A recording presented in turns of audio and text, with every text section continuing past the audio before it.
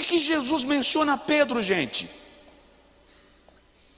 Se Pedro é o camarada que nega a Jesus, por que Jesus diz? Dize aos meus discípulos e a Pedro. Conhecendo a Pedro, Jesus sabia que apesar de ser fanfarrão,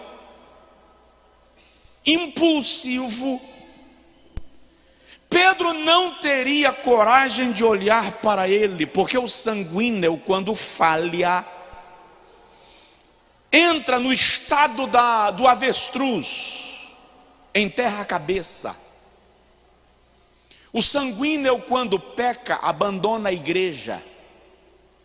Não é porque não se arrependeu, é porque tem vergonha que as pessoas vejam-no e saibam que ele falhou. Então ele não tem coragem de reaparecer. Jesus então destaca, dize a Pedro, não abra mão dele.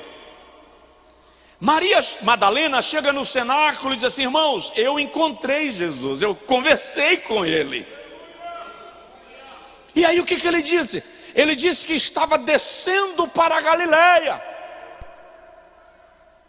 e que é para todos nós irmos para lá, porque ele nos encontra lá. Irmão Pedro, oi irmã Maria, o mestre mandou um recado direto para o senhor. Disse que o senhor não pode faltar no encontro. Aleluia. A pergunta de Pedro agora é mais ou menos essa: o que será que ele quer comigo? E eles vão para a Galileia. Só que chega um momento, João 21, que Pedro diz assim, versículo 3: quer saber? Eu vou pescar. Rapaz, eu caminhei com Jesus 3 anos, não deu em nada. As irmãs aí falaram que ele vinha para a Galileia, mas ele não apareceu ainda. Eu não sei quantos dias demorou até Jesus aparecer para eles na Galileia. O fato é que Jesus não apareceu, porque eu disse: eu vou voltar para a minha vida, para os meus negócios, para o meu trabalho. Presta atenção, é típico deste sanguíneo, quando cometeu uma falha e ele vê que ele vai ter que viver um momento de olho no olho, ele arruma um mecanismo de fuga. E o mecanismo de fuga de Pedro foi: eu não vou continuar seguindo Jesus no ministério apostólico mesmo, ele não vai me querer mais sendo apóstolo, então eu não vou me prestar ao vexame de parar diante dele. Eu vou seguindo minha vida antes que ele chegue. Vou pescar. O que Pedro não sabia é que Jesus já havia planejado o jantar. Jesus estava esperando exatamente eles irem para o mar da Galileia para se encontrar com eles lá. Se o irmão ler bem o texto, a aparição de Jesus junto ao mar da Galileia parece ter sido pela manhã. Se quando Jesus começa a conversar com Pedro já é o jantar, você vai entender um processo aqui que acontece. Porque quando eles estão pescando, quando Pedro diz eu vou pescar, os outros dizem também vamos contigo.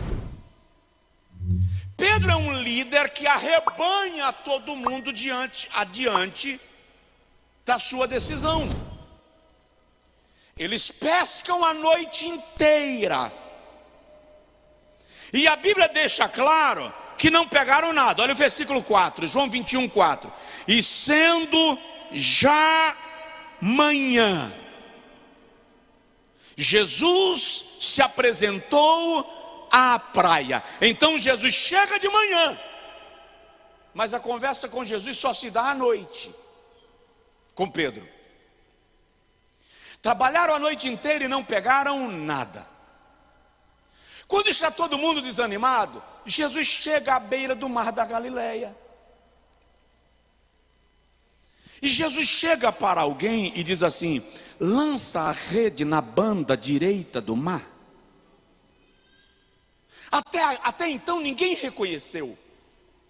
Quando lançaram a rede à banda direita do mar, a Bíblia diz que eles apanharam 153 grandes peixes. Olha para mim. O rabino me explicou em Israel que 153 não é a quantidade de peixes que eles pegaram. 153 é a quantidade de espécies de peixes que existem no mar da Galileia. Então eles trouxeram uma pescaria extraordinária que não dá para pegar. Quando a pescaria vem normal, que os barquinhos não conseguem arrastar aquilo, alguém diz assim: quem mandou lançar a rede? Não é normal que a gente trabalhou a noite toda e não pegou nada? Como é que chega um estranho e manda lançar a rede e vem uma pescaria dessa? Quando for averiguar, alguém grita lá da beirada do mar: Pedro, é o mestre. É só ler o texto. João pulou do barco e veio nadando ao encontro de Jesus.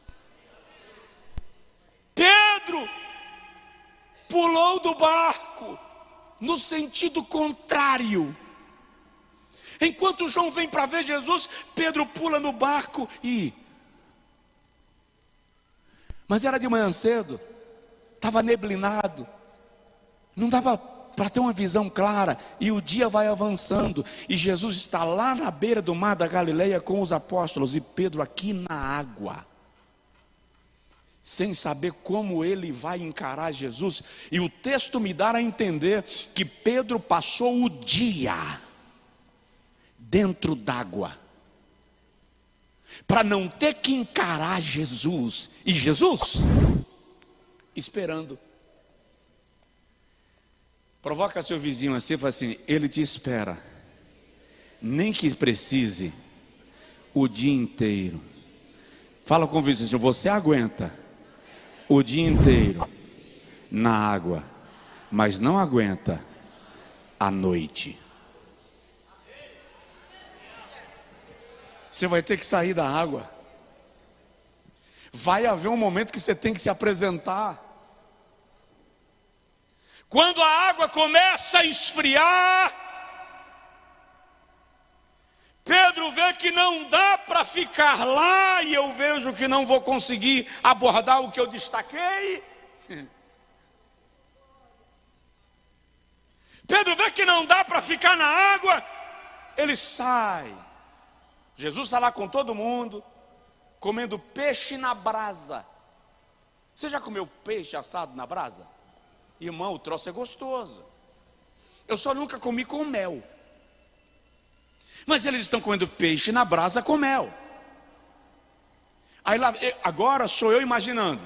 Lá vem Pedro, molhado, as pontas dos dedos, como dizia lá no Angico, engiadas, encolhidas. E Pedro fica por fora, e Jesus comendo com os outros. E alguém diz assim: Pedro, pega um pedaço de peixe. Você não é assim. Vem cá, Pedro, come. Eu vou, daqui a pouco. Deixa escurecer, né? Para ele não ter que olhar no meu olho. Por que que Jesus trabalha à noite? Presta atenção numa coisa. Que hora foi que Pedro negou Jesus? À noite. O tratamento acontece exatamente no mesmo ambiente onde Satanás te feriu. Por isso que Jesus não teve pressa em fazer durante o dia, porque durante o dia na vida de Pedro estava tudo aparentemente normal. Ele nega Jesus à noite. Jesus começa o tratamento de transformação à noite.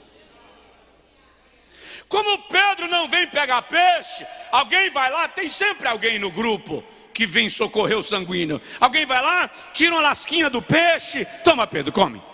Você está com fome para o dia todo dentro d'água? Quando Pedro vai pegando o peixe, Jesus fala assim: Pedro,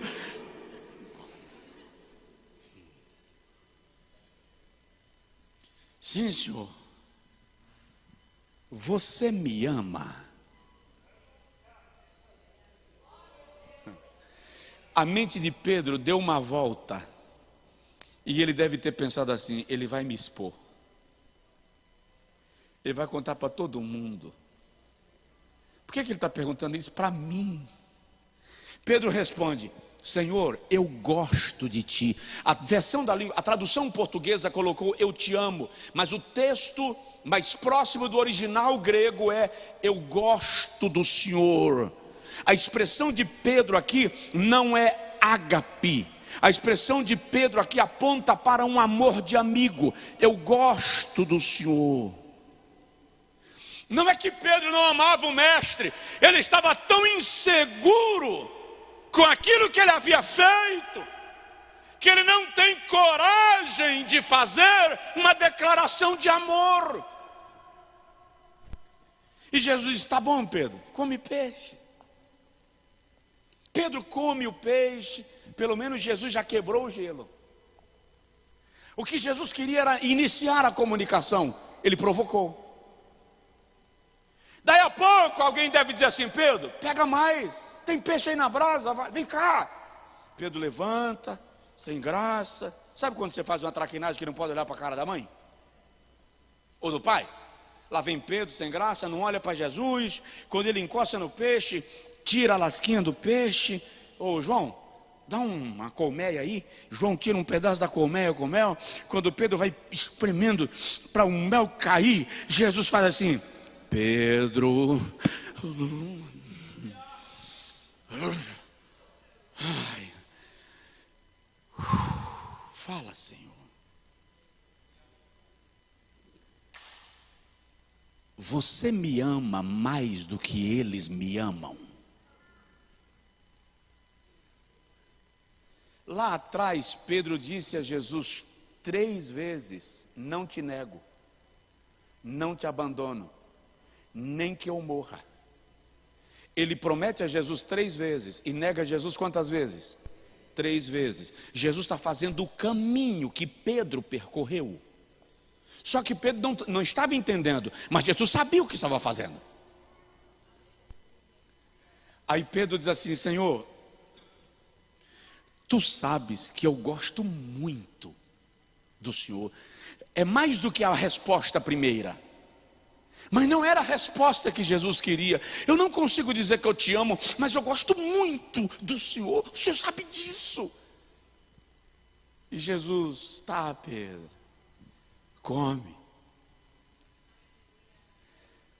De repente, já está descontraído, porque o sanguíneo, se você inseri-lo, aí ele se solta.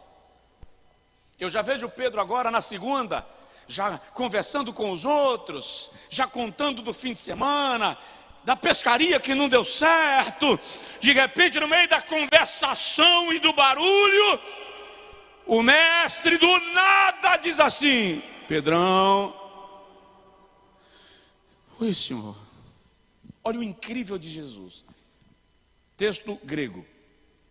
Aqui está tudo eu te amo. Texto grego, eu gosto muito. Na terceira vez que Jesus pergunta, Jesus não pergunta: Pedro, tu me amas? Como na primeira vez Pedro respondeu: eu gosto. E na segunda vez Pedro respondeu: eu gosto muito. Na terceira vez que Jesus pergunta, Jesus diz assim: Pedro, você gosta de mim? Essa é a pergunta. Depois de 3 anos andando comigo, Pedro, você apenas gosta de mim? Por isso que a Bíblia diz que Pedro se entristeceu. Porque agora Jesus, é como se Jesus não quisesse mais saber de amor. Jesus se contenta com o gostar. Mas na verdade, o que Jesus está fazendo é descendo ao encontro de Pedro. Jesus vai ao nível que Pedro está.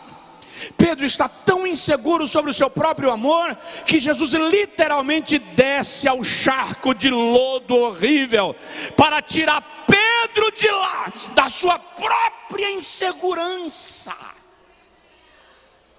Você gosta de mim, Pedro? Quando Pedro se entristece, significa: na primeira pergunta Jesus quebra o gelo. Na segunda pergunta Jesus insere Pedro de volta no grupo. Na terceira pergunta Jesus toca na ferida, porque não tem como curar uma ferida sem tocar nela. Aí Pedro se entristece. Quando ele se entristece, ele toma fôlego e diz: Senhor, tu sabes tudo. Como se dissesse: porque o Senhor me pergunta, o Senhor sabe a resposta. O Senhor sabe que eu te amo. Agora sim, ágape, eu te amo. Jesus levanta, vai a Pedro e diz: apacenta as minhas ovelhas. O que Jesus está dizendo é: aquilo que você fez não quebrou o meu propósito. Você permanece fazendo parte do plano que eu estabeleci. Quantas vezes Pedro negou a Jesus? Não ouvi. Quantas vezes Jesus perguntou? Por que 3? Porque a restauração de Deus na vida do nosso Pedro é tão plena e absoluta quanto os traços da nossa personalidade que nos colocaram em enrascada. Ele vai nos tratar plenamente, absolutamente. Não vai ficar uma só área que Ele não vai atingir com o seu amor para nos restaurar e nos reposicionar. Só quem pode dar glória a Deus faz isso.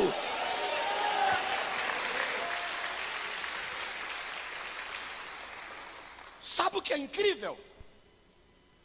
Ninguém sabia o que estava acontecendo. Ninguém viu Pedro negar a Jesus. E Jesus não olha para Pedro e diz: e aí, Pedrão, não deu para segurar, né, a barra? Calça frouxa, deu errado, né? Me negou. Jesus trata Pedro sem ninguém saber acerca do que Jesus e Pedro estavam conversando. Pode observar, ninguém sabe o que está acontecendo. Por quê? Porque Jesus não te expõe, Jesus te cura. Provoca teu vizinho e diz para ele: Jesus não te expõe, Ele te cura. O prazer dos homens é ver os erros de outros homens expostos.